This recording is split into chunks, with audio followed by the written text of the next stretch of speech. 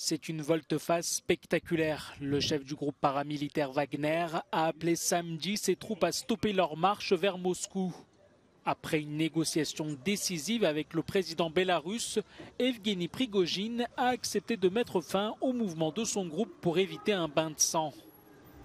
Понимая всю ответственность за то, что будет пролита русская кровь с одной из сторон, мы разворачиваем свои колонны и уходим в обратном направлении в полевые лагеря согласно плану.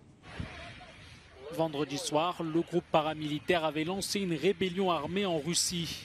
Confronté à son plus grand défi depuis son arrivée au pouvoir, le président russe Vladimir Poutine a dénoncé une trahison et mis en garde contre une guerre civile.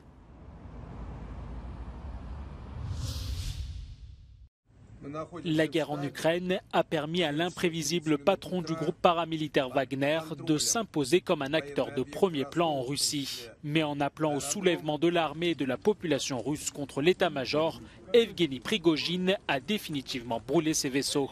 Qui est donc cet homme qui défie le Kremlin après lui avoir rendu service pendant de longues années?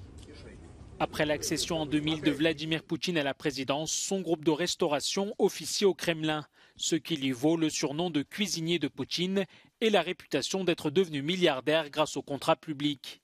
Pour se doter d'une armée à la hauteur de ses ambitions, Evgeny Prigojine recrute dès 2014 des milliers de détenus pour combattre en Ukraine. Lui-même a passé 9 ans en détention à l'époque soviétique. Depuis des mois, Evgeny Prigojine est dans une lutte de pouvoir avec la hiérarchie militaire russe.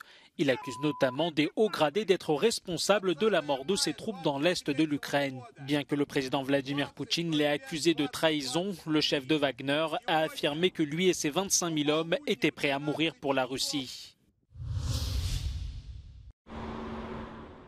Comment les Ukrainiens réagissent-ils à la rébellion du groupe paramilitaire Wagner en Russie ?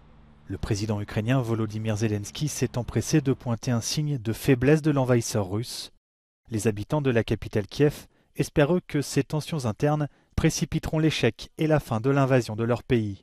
Щось очікував, але не так швидко і не там. Я вважав, що це все почнеться після закінчення війни. Але воно почалось раніше і це дуже добре.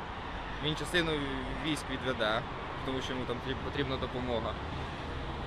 І нам буде легше. Читаю багато і молюся, щоб у них насправді це сталося. Тому що я надію, що це буде кінцем війни. Наша біда, наші горе закінчаться.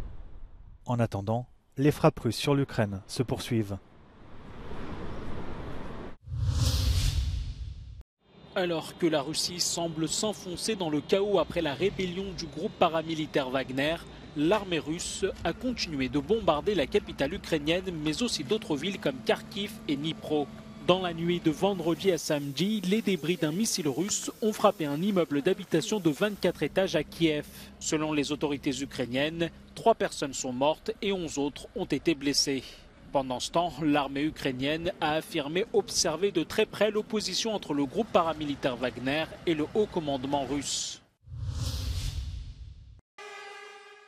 Nouvelle élection en 5 semaines en Grèce. Les électeurs sont appelés ce dimanche à voter pour leur député. L'ancien Premier ministre Kyriakos Mitsotakis compte bien obtenir cette fois la majorité absolue. Τη γενναία στήριξη της κυβέρνησής μας για να μείνουν όρθιες η οικονομία και να μείνει όρθια η κοινωνία. Κάνοντας παράλληλα όμως πράξη και όλα όσα είχαμε δεσμευτεί. La droite conservatrice de Kyriakos Mitsotakis est donnée largement favorite du scrutin. Son principal opposant de gauche, l'ancien Premier ministre Alexis Tsipras, à la tête du mouvement Syriza, pourrait ne pas dépasser les 20%. Είναι το όραμα μιας χώρας και μιας κοινωνίας ανθρωπιάς, δημοκρατίας, δικαιοσύνης. Pour obtenir la majorité absolue, Kyriakos Mitsotakis parie sur un mode de scrutin différent qui accorde un supplément de sièges au vainqueur.